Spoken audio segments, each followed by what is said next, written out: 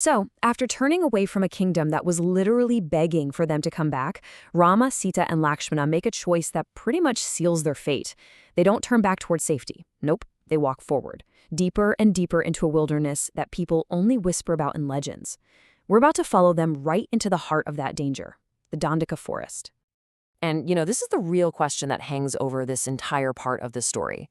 I mean, exile is one thing, right? Kind of just accepting what's happened to you.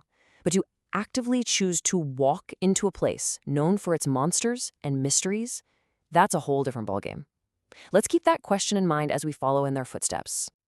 So with those first steps away from Chitrakoot, they basically caught the last thread connecting them to their old lives. The kingdom, the memories, it all just falls away behind them. They are now, for real, stepping off the map and into the great unknown. And their destination? This isn't just any old wilderness. The Dandaka Forest, that name carries some serious weight. It has a mythic reputation. Think of it like a massive maze of thick jungle and hidden dangers, a place that anyone in their right mind would go out of their way to avoid. And this is exactly where they've decided to go. But this isn't some aimless journey, they're not just wandering around. Almost as soon as they get there, the forest itself gives them a brand new purpose, a duty that's going to challenge them to their very core and really define their time in this wild, wild place. Just try to picture this scene for a second. You have these ascetics living these quiet lives of contemplation, and all of a sudden, Rama shows up. There's this huge wave of joy and relief, right? But it's totally soured by this constant nagging fear that's just become part of their everyday life. And here it is, their plea. It's direct, it's desperate, and it's a huge call to action. And that one moment, they don't see an exiled prince. They see a savior. Maybe the only one who can bring some balance back to their terror-filled lives. And Rama's response is just instant. It's absolute. He doesn't hesitate. He doesn't think about the cost. He just accepts it. Not as a burden, but like it's a part of who he is, his core purpose. And with that single vow, the stage is set for a major conflict. Now, to really understand Rama, you have to get this concept, dharma. It's not just a list of rules to follow. It's the cosmic principle of doing the right thing, the moral fabric of the entire universe.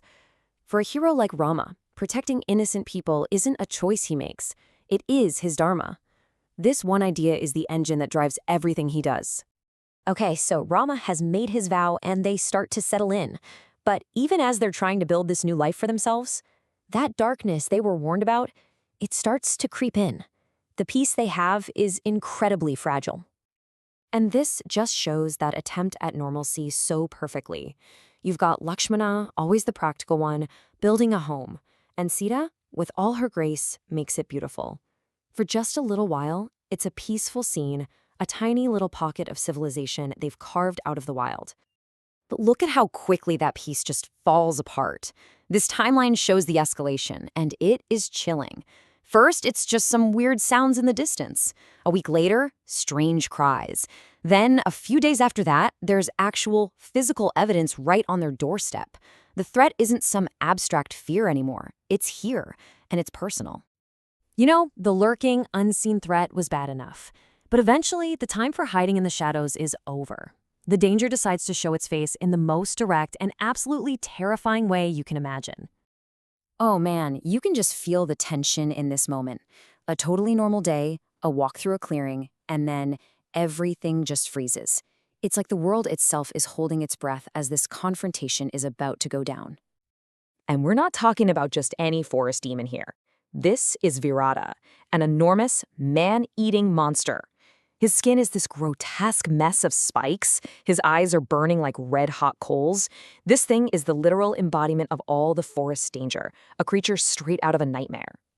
And his very first words are challenge, a roar that basically claims this whole land as his own and gives him a simple, brutal choice: run away or become his next meal.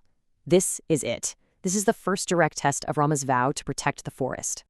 And with that one roar, any illusion they had of a quiet, peaceful exile is just shattered.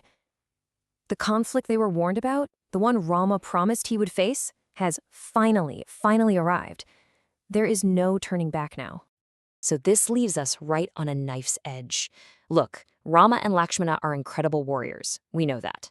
But Viradha is a monster of unbelievable power. How in the world do you fight a creature that seems invincible? What happens when a hero's sacred vow runs headfirst into an unstoppable force?